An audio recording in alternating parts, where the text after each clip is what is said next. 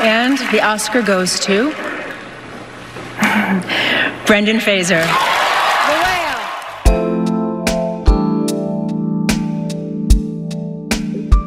গতকাল 13ই মার্চ সেই রাত ঘুম সরিয়ে লস এঞ্জেলসের দিকে ছিল বিশ্বের চোখ।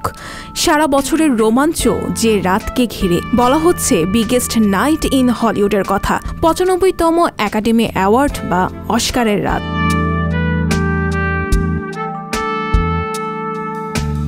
সিনেপ্রেমী মানুষ মাত্রই জানতে চান কেমন গেল এবারের অস্কার, কোন কোন ছবি এবার জয়ী হয়েছে অস্কারের মঞ্চে।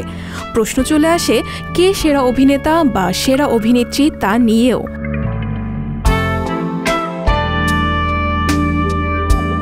বছরের পর বছর এভাবে বিশ্ব চলচ্চিত্রের শীর্ষ আসর হিসেবে স্বীকৃত হয়ে আসছে এই একাডেমি অ্যাওয়ার্ডস দেওয়ার অনুষ্ঠান। এবারের অস্কারের উপস্থাপক ছিলেন হলিউড স্টার জিমি কিমেল।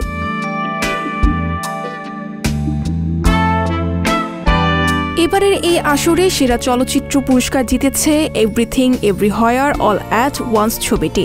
এই ছবি পরিচালনার জন্য সেরা পরিচালকের স্বীকৃতি পেয়েছেন ড্যানিয়েল কোয়ান ও ড্যানিয়েল শেইনার্ট।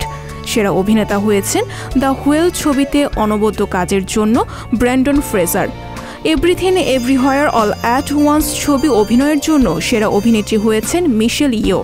সেরা আন্তর্জাতিক চলচ্চিত্র হিসেবে পুরস্কার জিতেছে All Quiet on the Western Front ছবিটি। এবারে সেরা অ্যানিমেটেড চলচ্চিত্র ক্যাটাগরিতে পুরস্কার জিতেছে গুইলার্মো দেল তোরোস পিনোকিও।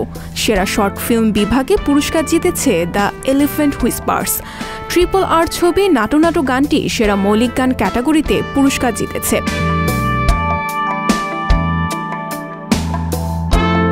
এবারের অস্কারে একটি বিশেষ দিক হচ্ছে চলচ্চিত্রের পাওয়ার হাউস হিসেবে এশিয়ার আবির্ভাব দৃশ্যমান হওয়া।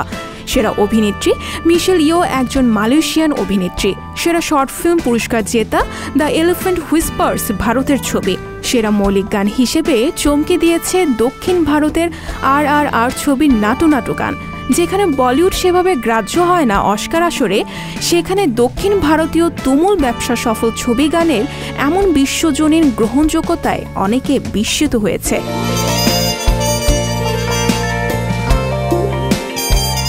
সব মিলিয়ে এবারে অস্কার যেন এক পাক বদলের অস্কার।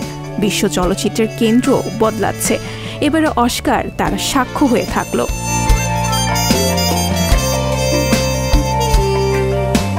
সঞ্চিতা শম্পা, সংবাদ প্রকাশ।